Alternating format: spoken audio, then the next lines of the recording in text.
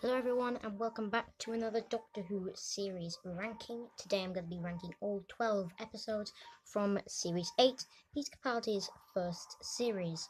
This wasn't a very good series in my opinion. It had some very good episodes. It also had some really not very good ones as well. This is my opinion, so let's get started. Number 12, In the Forest of the Night. So this is just boring, honestly. It's really nothing happens. Trees invade Earth. That's it. Nothing else happens. We get some horrible child actors in here. We get some Clark. We get Danny back as well. I honestly think Danny took up way too much of this series. He should have been in way less episodes than this, and this is not one of his better uses. So honestly, this episode was really boring. I'd probably fall asleep watching this one. Number 11, Listen. So this is one that a lot of fans seem to really enjoy, and I can't say I agree with them, but there are some good stuff in here. Like the stuff at the beginning with Rupert Pink. I think that if they just stuck to that type of a story, then this one would have been very good. Because it's as soon as Orson Pink arrives, things started going downhill for me, and I just found it quite boring. Again, Danny is just back, and really don't like his I don't like his character. Number 10, Time Heist. Okay, this one starts off not great. It ends quite well. The middle is very good. You know, with the stuff with the vault. It just starts off very boring. The supporting cast is pretty good. Sai and Saber, I think they're called. They're pretty good characters, and the Teller is a very good villain, and its powers I think are quite interesting. Madame Carabaxos as well is a interesting villain. But there are some just scenes in here that I'm not too keen on. But overall, it was just an average episode, really. Number 9, The Robot of Sherwood. So this one is one that is very goofy and childish. Now, I don't mind the goofiness as much as some people, and I actually don't mind the scene. In fact, I quite like the scene with where they're locked up and the Doctor and Robin are just fighting over each other. Quite a funny scene, but I can understand why people don't like it. Robin Hood is just an annoying character overall, and some scenes again, I just don't like. But the scene where the Doctor fights Robin with a spoon is just funny. Number 7, that 8. What am I doing? Number 8, The Caretaker.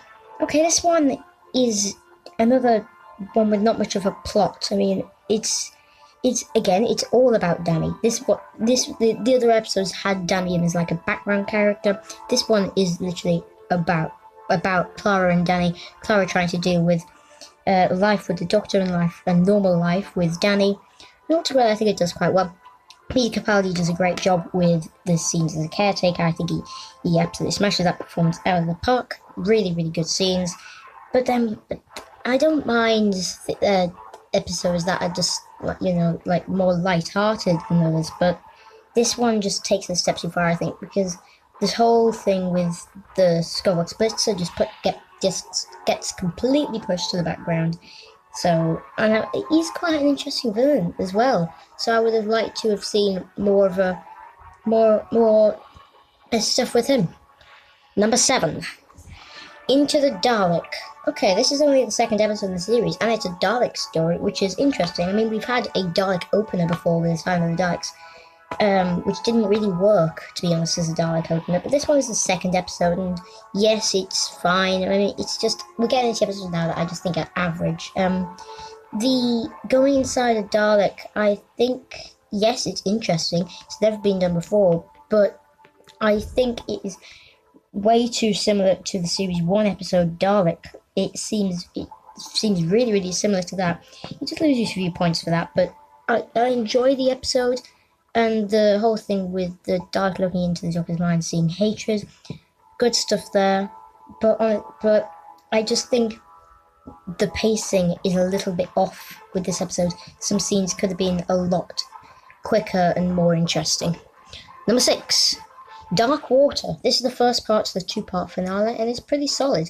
The whole thing with Missy is great, and the reveal at the end, of course, with spoilers here, by the way, if you haven't seen it already, where she is the Master. Really good reveal, and also the reveal of the the skeletons being Cybermen. Now, I am not a big fan of these Cybermen. They look alright, but the voices and the way they move, I've talked about this before, but they look like the long trousers off Wallace and Gromit. It just doesn't feel like a Cyberman. They're just too robotic. But the story's pretty solid in the first few minutes with Clara and the Doctor, or Clara throwing the keys away. That's a good scene, and both of them gave brilliant performances in that scene. Number 5, Death in Heaven. This is the second part of the two-part finale, and I think it's a little bit better than the first part, just because we have a bit more going on with the Cybermen and Missy. The Cybermen, I think, do get pushed to the background a little bit, but not too much. At the start, they are used pretty well, but the later half of it is that they do get pushed to the background a little bit. Missy, I think, is a great character in here, and probably, apart from Sacha Dhawan's Master in Series 12, I think he was a great Master. Apart from him, I would say she's my favourite new era Master. I think she's really, really good. Michelle Gomez is a fantastic actress. She really gives a fantastic performance, and with Capaldi as well.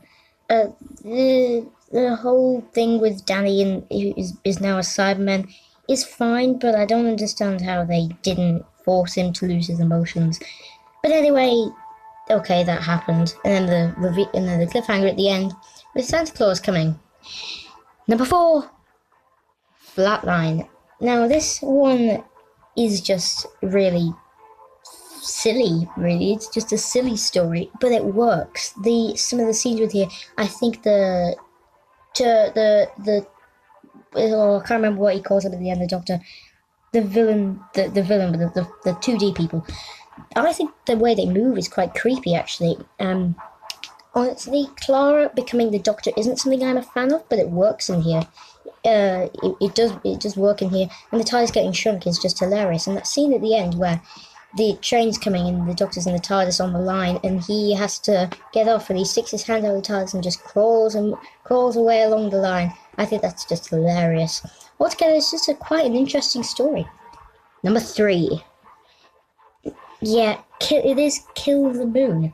Now, I know this is slightly controversial because I know this episode actually, it does get quite a lot of flack of fans. People don't really like it. I honestly think it's really good. Yes, it has some issues. First of all, Corley Woods. I think she's fine, but she doesn't really need to be there. The Doctor leaving Clara isn't the best thing. I honestly think he shouldn't have done that. The moon is an egg. I actually find this interesting, although it is a little bit ridiculous how we've got an egg and it's hatched. Oh, we don't have a moon anymore. Oh, it's fine. It's just laid another egg. Honestly, I'm not a big fan of that, but I think the whole thing with spiders is quite creepy, and honestly, I just think the story is pretty interesting. Number 2, Deep Breath. Yeah, this is the first episode in the series, and I think it's really, really good. A solid episode, solid performance from Peter Capaldi as his first outing as the 12th Doctor. He gives a great performance in here. All of the Doctors have been silly in post-regeneration. This is probably, apart from Matt Smith maybe, it's probably the best time this has happened.